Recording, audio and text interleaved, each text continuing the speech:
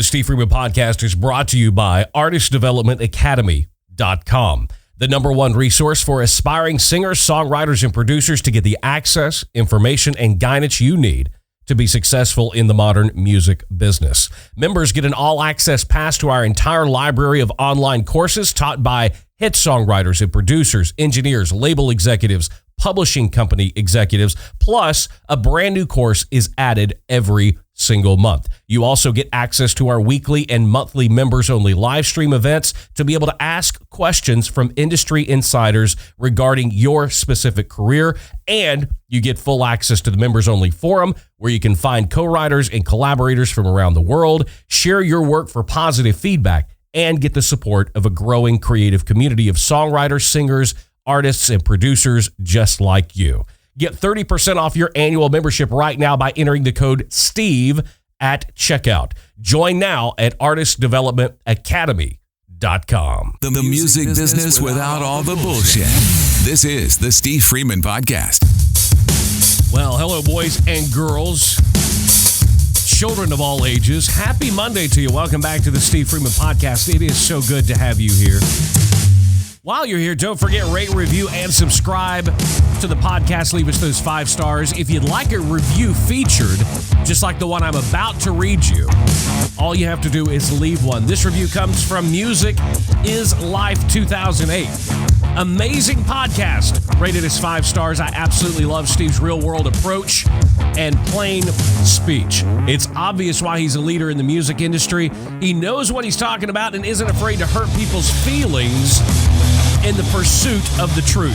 I highly recommend this podcast for anyone who wants to be in or grow in the music business or just business overall. Music is Life 2008. Thank you so much for leaving a review. Like I said, if you would like to have your review featured, all you got to do is leave one. So leave it on Apple Podcast or iTunes.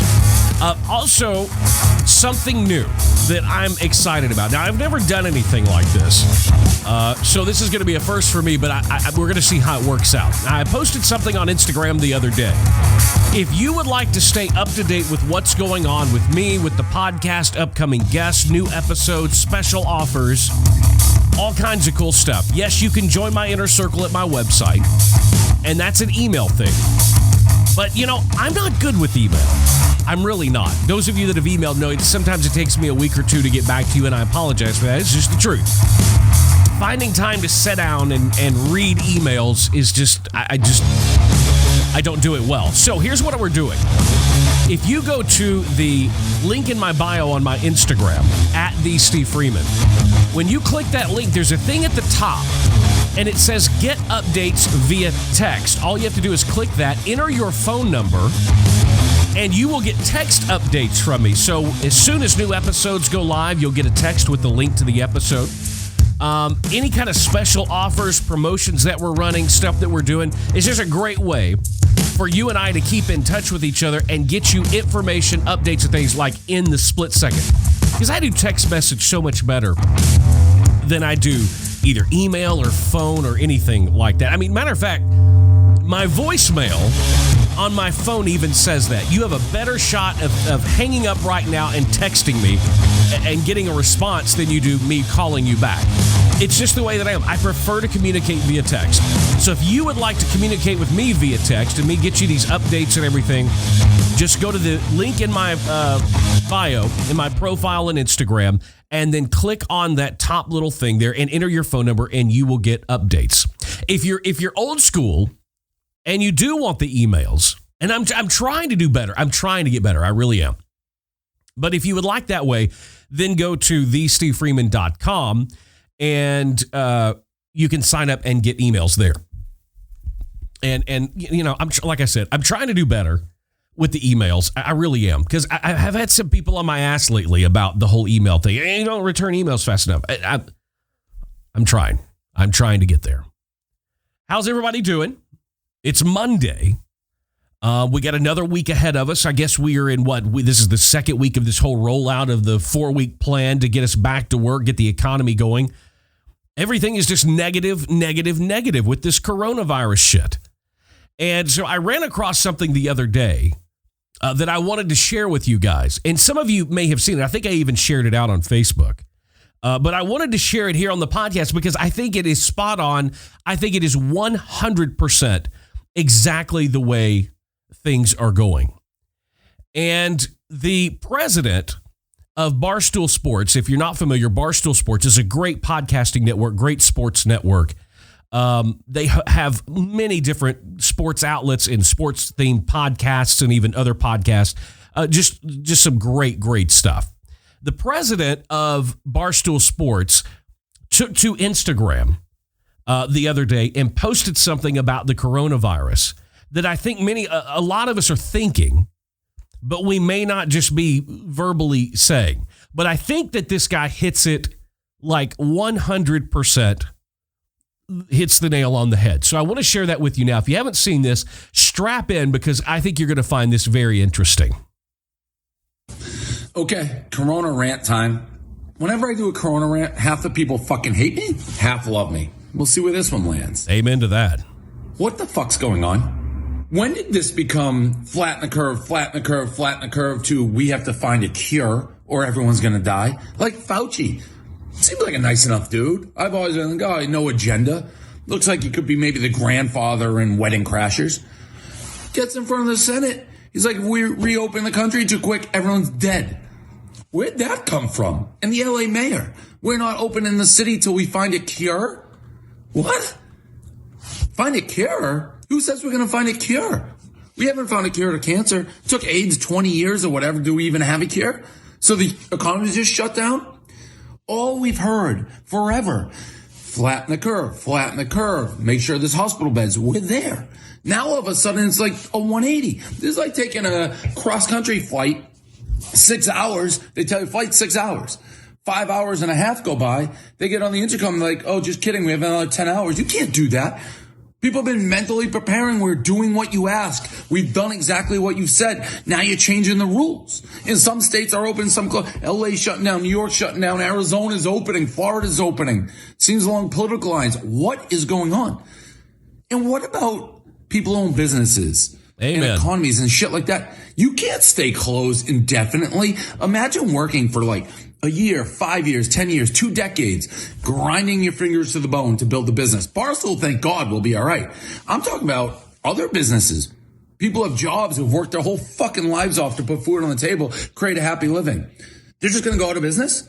They're going to wake up whenever this thing ends, whenever the mayors say, oh, you can go back to work. Work to what? Your company's going to be out of business. The economy's going to be in the shitter. There's going to be no jobs. How the fuck are you going to pay for your family, put food on the table, all that shit? Like, what are you doing? You're going to give these people a choice? If you told me because of Corona, I lost Barstool, I had to go get a 9 to 5 and start fucking over, I'd rather die of Corona. Seriously. Amen. Or at least take my chances. I'm not saying everybody would do that. I would. But if I've dedicated 20 years of my life, I don't want to start over. I'll fucking deal with Corona. You can't just make everybody stay inside and basically start over. It's insane. Like, what the fuck do they think is going to happen? At some level, we've done what you've asked us to do. If you're that scared still of Corona, stay inside. The beds are open. It doesn't kill everybody. I get it. It's not a great option. There are no great options. But you can't just decimate the entire economy. How the fuck is that going to work? We're staying inside till there's a cure? When did that become the game? Who said we're getting the cure? That's not a guarantee. So we're just done as humans? Get the hell out of here. There's risk. We're Americans. You have to take risk. If people want to go out, they can go out. If they want to stay in, they stay in. We've done what you've said. You can't just midstream be like, just kidding. Flatten the curve. Cure. What? When did this happen? When did this happen? And it can't sustain. At least we have a chance if we go out with Corona, like Switzerland and those places that just let it roll. We have no chance if you don't let people go outside. This country is going to be donezo. No one's going to have jobs. No one's going to have businesses. It's going to be done. It's over. Let me roll the dice and play with Corona, or at least give me the choice. That's all we want. He posted that the other day on Instagram. If you'd like to go follow him, his name is Dave Portnoy. He is the president of Barstool Sports. You can find him at Stool Presidente on Instagram. I saw that, and actually my buddy Rob Petiti I have to give him credit. I saw it on his Facebook page, and I shared it to mine because it rang true. And I don't know about you, but I've talked about this a couple of times. It's like I'm over it. I am so over this coronavirus bullshit that it's not even funny. When we first started hearing about it and it first came out, I think everybody was scared. I think everybody it was the fear of getting sick and hearing about people dying, and that's where our concern came from for ourselves, for our families, was the actual virus itself. Now you're seeing the fallout of this pandemic, and every day you're seeing people that are losing their jobs, losing their businesses, that will not have an industry or a business to go back to, especially small business owners. I mean, we've got friends that own major restaurants here in Nashville, and they are hurting. There are a lot of different businesses that are hurting. The music business is hurting. It's forcing entertainers and artists and songwriters to come up with different forms and different ways of earning a living, which I'm all for that. I mean, how many times I've been saying that forever. You should never put all of your eggs in one basket. Be diverse. How long have I been talking about live streaming and creating original content for social media and other outlets to develop and build your audience, to give you some sort of a chance at a career beyond standing up on a fucking stage and singing a stupid song.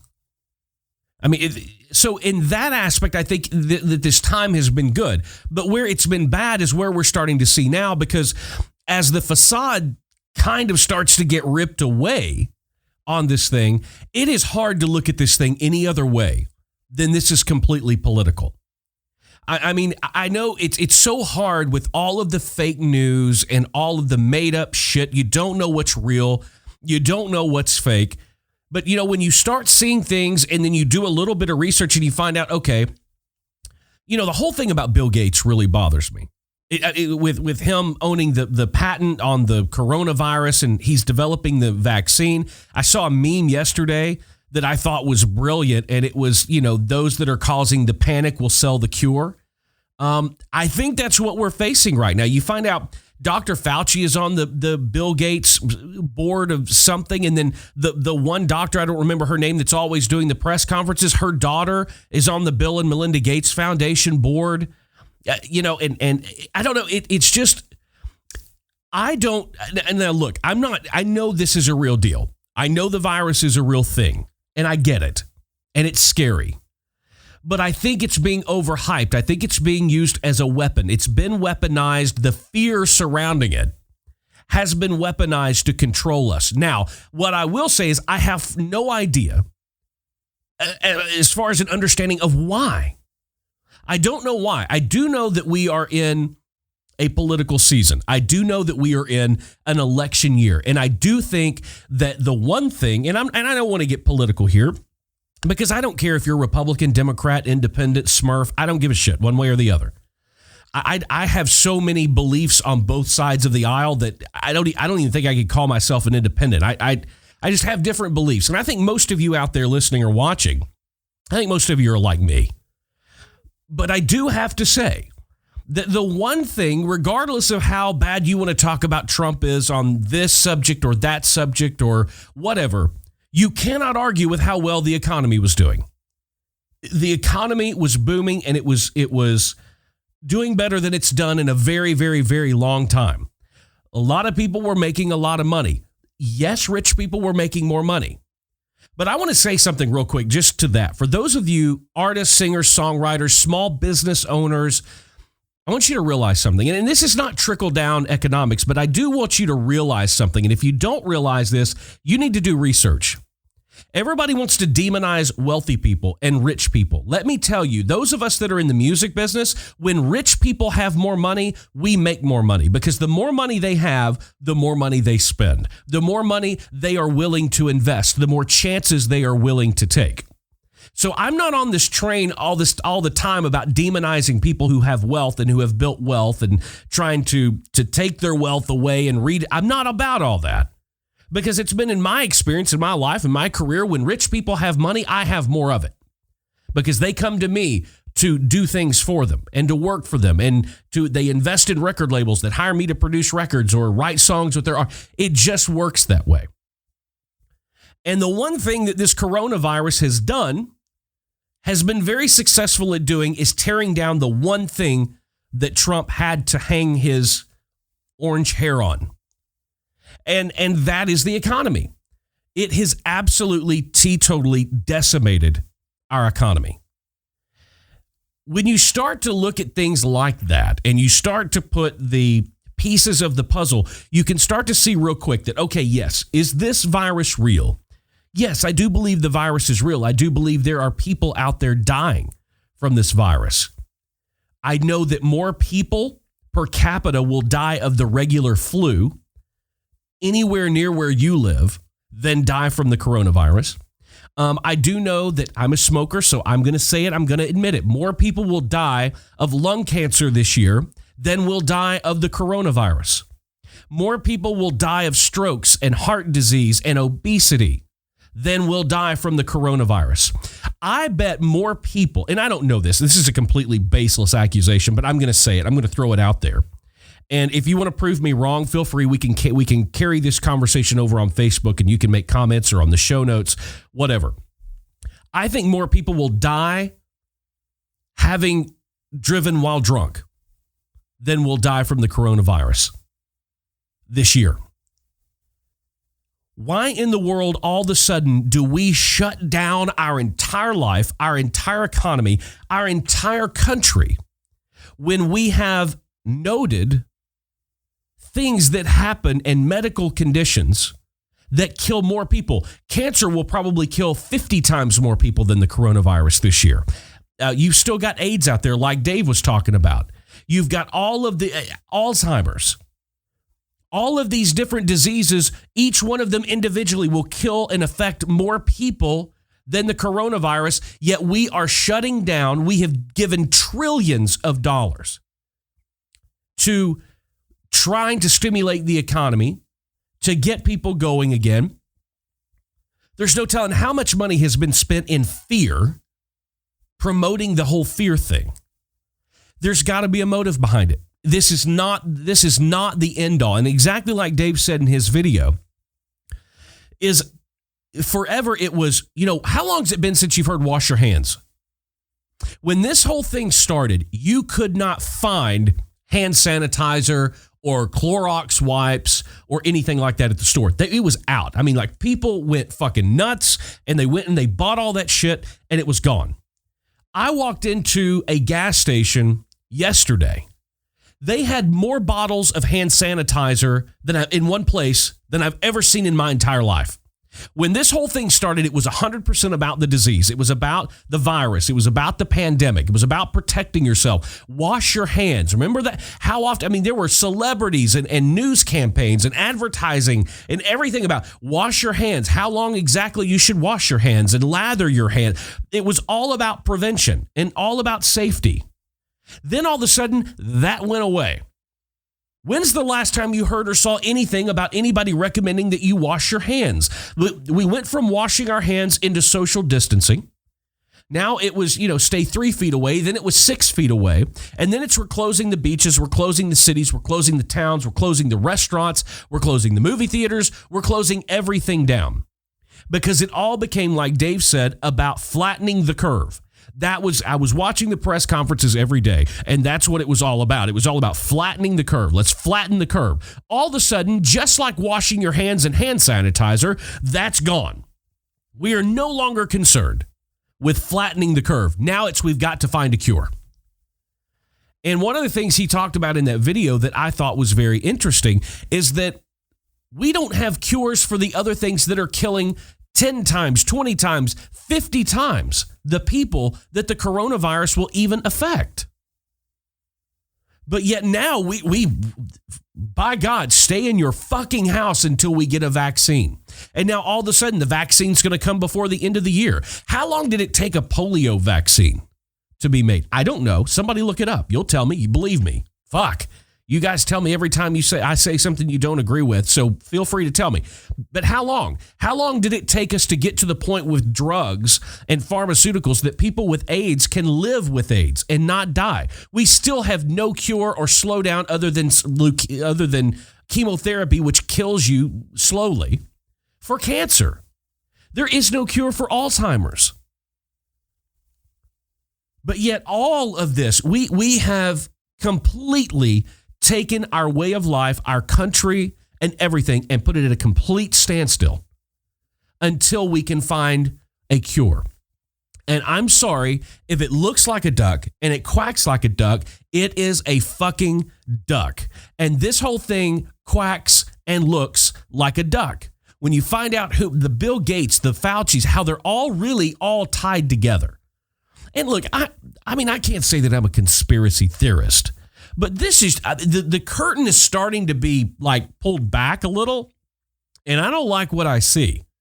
All these people that are interconnected. You've got doctors out here saying, look, what they're telling you is not right. You know, they're answer me this. Why has no credible, God, and that is a stretch in and of itself. Why has no credible news organization taken a film crew to a hospital? Answer me that. We're told we're going to need all of these ventilators. We're going to need all these hospital beds. Hospitals are having to turn people away. Doctors and nurses are committing suicide because they can't believe what they're seeing. How many people are dying? Where are the credible news agencies and where are their camera crews and why are they not in hospitals? I think they're not there because you're not going to find the people they say are in those hospitals.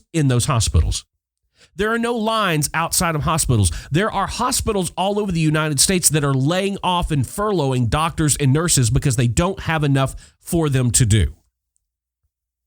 Then you find out when all these different deaths, has nobody died of cancer, heart disease, or car crashes or anything in the last 2 months?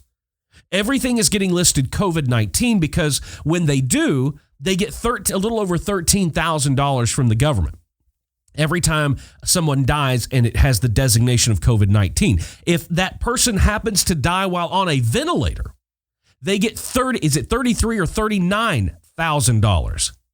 So when you start finding 2 + 2 always equals 4, there's some shit going on here. You know, when you and I don't believe everything everybody says, but when you have President Trump stand up there and say, look, there was one hospital in Manhattan that goes through 30,000 roughly masks per week in their surgical department for the nurses and doctors and staff. They go through 30,000. They were going through 3 million a week. Something about that doesn't seem right. So I don't know, guys. I know that you sitting out there listening or watching this are probably just as fucking sick of this thing as I am. I'm ready for it to be over. I'm ready to, and this whole new normal, I'm not having it. This is not going to be the new normal. There are people that are getting sick and tired of being dictated and being controlled. We live in a free country, or so we're told. And I think it's about time we start realizing that. I think we're being sold a bill of goods that's a bunch of bullshit. I think when it started out, it was all coming from a real solid and concerned place with let's keep the virus spread, let's flatten the curve, let's do what we got to do to get this virus out of here. I think that was all good. But then I think when powerful people see the opportunity to have even more power, and a lot of times the road to that power is fear. Because when you have fear, when you can create fear in people, you can control those people. And there's nothing more than people with power and that want power want is control. They seek control. That's why they want the power. And I think there are a lot of different people within our government. I think there are a lot of people with influence with people over our government that are using this as an opportunity to become a means to their end. I don't want to be a pawn in that game. I want to live my life. I want to get back to the old normal. I have no use for the new normal whatsoever. One thing I will say, though, and I'll wrap up and kind of leave you with this. But, you know, one of the things that I've noticed as far as me during this as we've been going through these weeks is maybe, and I'm not there yet. Look, I'm going to be 100% honest. I'm not there yet. What I'm about to tell you, I'm telling as much myself as I am telling it to you. But I'm slowly starting to understand the value and the benefit of running the race that I'm in and living the life that I'm in. I am, and I'm sure you are too, but I'm very guilty of running my race. And then I look over there and I see somebody else running a different race, and that race looks more fun and attractive to me. So I deviate from the race that I'm running to go over there and run that race because it looks more interesting. There is something to be said about, and I'm going to be real honest with you. I was not planning on talking about this, but I had a really weird dream last night. And I woke up refreshed. I have not been really feeling good lately. It's not really, I mean, I guess it could be a health thing. I don't know. Depression, I've said before, I battle depression. This whole thing that we've gone on with the coronavirus is not good for people who deal with depression. There are a lot of stories coming out about that. But for whatever reason, I had a really cool dream last night. And when I woke up from this dream, I woke up this morning at 5 o'clock. Actually, it was 4:45, and I was raring to go. I was ready to get up, which is not like me normally. I'm normally up at 7:30. But I was up at 4:45 this morning, and it was one of those dreams, you know, where you remember everything. I remembered every detail, everything, the entire dream. And it was about this. Yes, I'm now turning podcast episodes into dreams that I've had. I had something completely different planned for today, but that'll be another show. But I woke up feeling refreshed. I woke up questioning why I'm trying to live at times these other lives. Why am I trying to run this other race? And it got me questioning. The more that I questioned it, the more that I started to appreciate the life that I have, the race that I'm running. The meal that I'm eating is the one right in front of me, instead of looking over at the table over there and going, God, I wish I'd have ordered that. Or I wish I would have that. And I don't know if what we're going through with the coronavirus is all leading to this with me. I don't know if it's affecting you personally like this. If it is, I would love to hear your story. But that's kind of the point of where I'm at right now and where I hope you are. And that is learning to find the value in, like I said, running the race that you're running. There is nothing wrong with wanting to better yourself. There's nothing wrong with wanting more. There's nothing wrong with wanting to be better professionally, to be better as a human being. There's nothing wrong with aspirations or dreams or goals. But I think sometimes we get so focused on the one dream, the one goal that we want, but we try to achieve it through somebody else's method. We try to win the race by, instead of running our race, we run somebody else's because that track looks better. Or maybe it has different scenery than ours does. If we're going to get focused on our goals, we want to achieve our dreams, we want to be successful. Instead of feeling like you're never going to get there on the path you're on and thinking that maybe somebody else's path is faster, maybe somebody else's path is more for sure, more certain, I can tell you that it's not. The best way to accomplish your goals and achieve your success is on your path. You have been placed on this path for a reason, not to get spiritual, but I believe that God has a plan for each and every one of us, and he has put us on this road, and we fight him at every single turn. I posted on social media a while back something I have to keep reminding myself. Jesus will not take the wheel unless you let go of it.